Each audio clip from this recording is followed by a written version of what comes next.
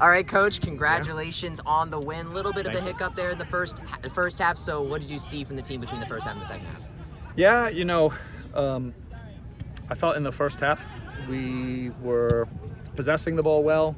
I think we had a lot of confidence on the ball, and we got caught in a moment where maybe we were playing in an area where we shouldn't have been.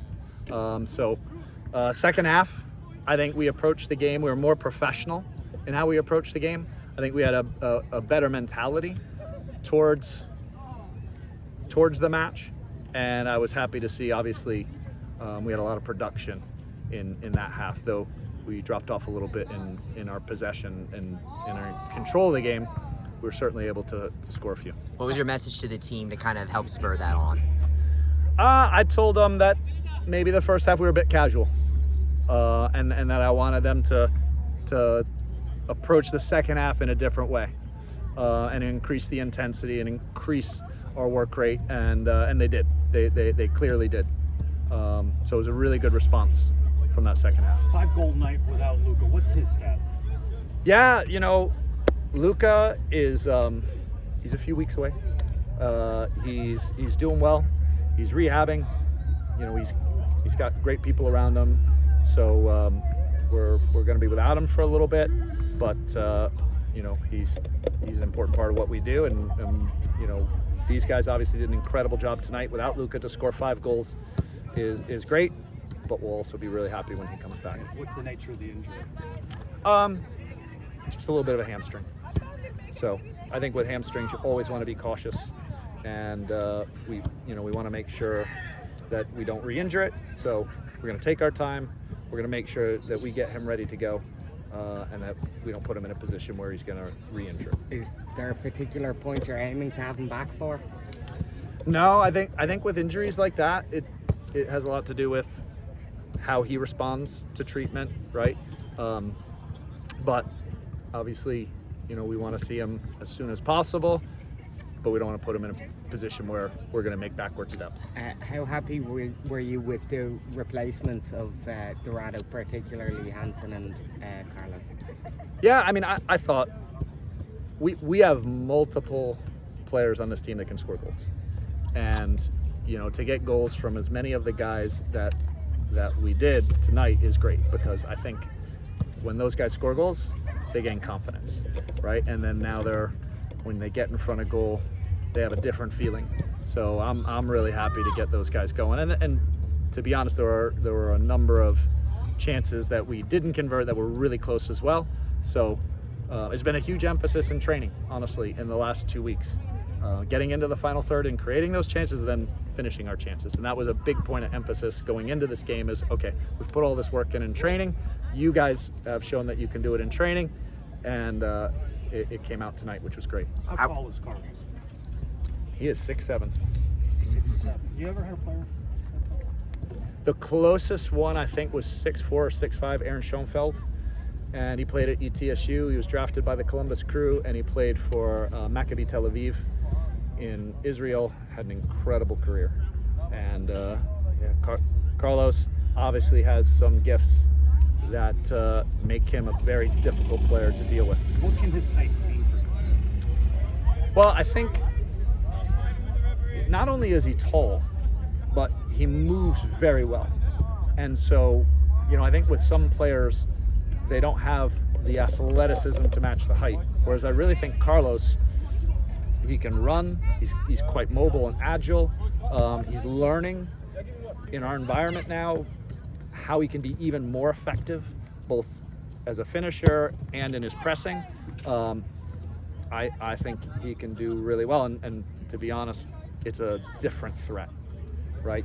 And actually the players on the team around him need to understand that, and you have to learn how to play with Carlos, because the crosses that you might hit for another player, that can be cut out by some of the defenders, you can actually put that cross a little bit higher.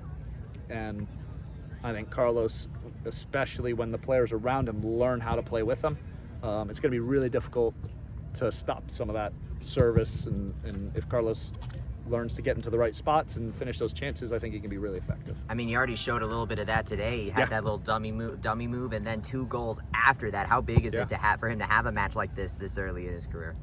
I think it, of course, builds confidence. And he had a few matches in preseason where he also scored.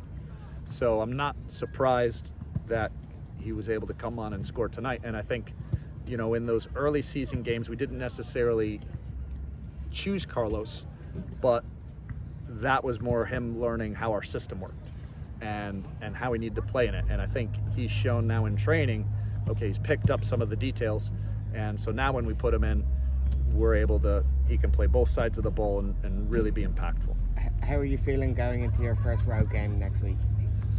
Yeah, I feel good. I feel like we're getting better, right? And the number one thing that we have to do is, no matter what the score of any game is, we analyze it, we watch video, we clip video, we coach our players, we show them video, and we try to get better.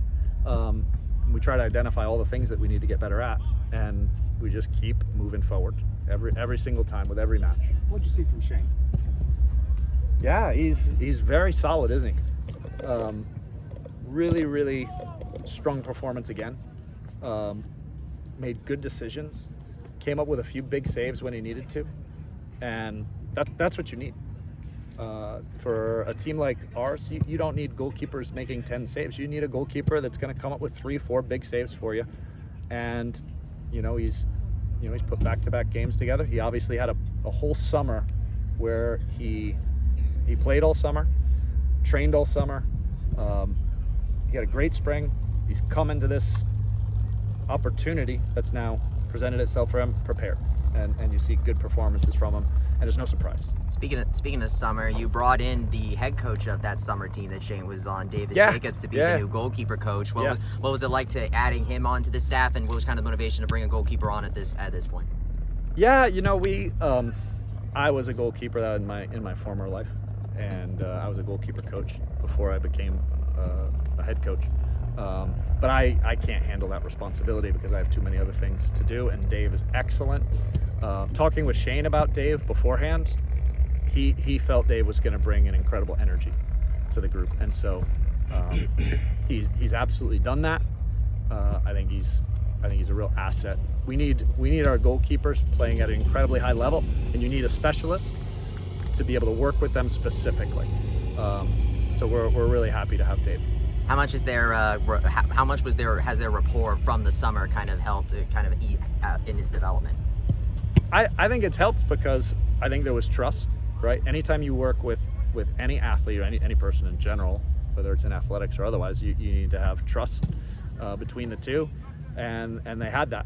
And Dave chose Shane to play in those games, and I think that also shows something, right? That he had belief in Shane, and so I think off of that trust and that belief, there's a great relationship for him to coach him. One more for Coach. During the broadcast, Wanby seemed to indicate maybe he's a little bit ahead of schedule. Yeah, I haven't got an update on Wanby. All I know is he's walking around that boot right now, but Wanby is a leader for us, and so he's with the team, he's in the locker room, he's on the training field, and he's impacting us and the team in a really positive way while he gets better. Yeah, he's got a little bit of that in him. His family, his dad was a coach as well, and so he's very much from that kind of makeup where he probably would be a great coach one day. Thank you, Best of luck at Miami, Coach. Guys, thank you.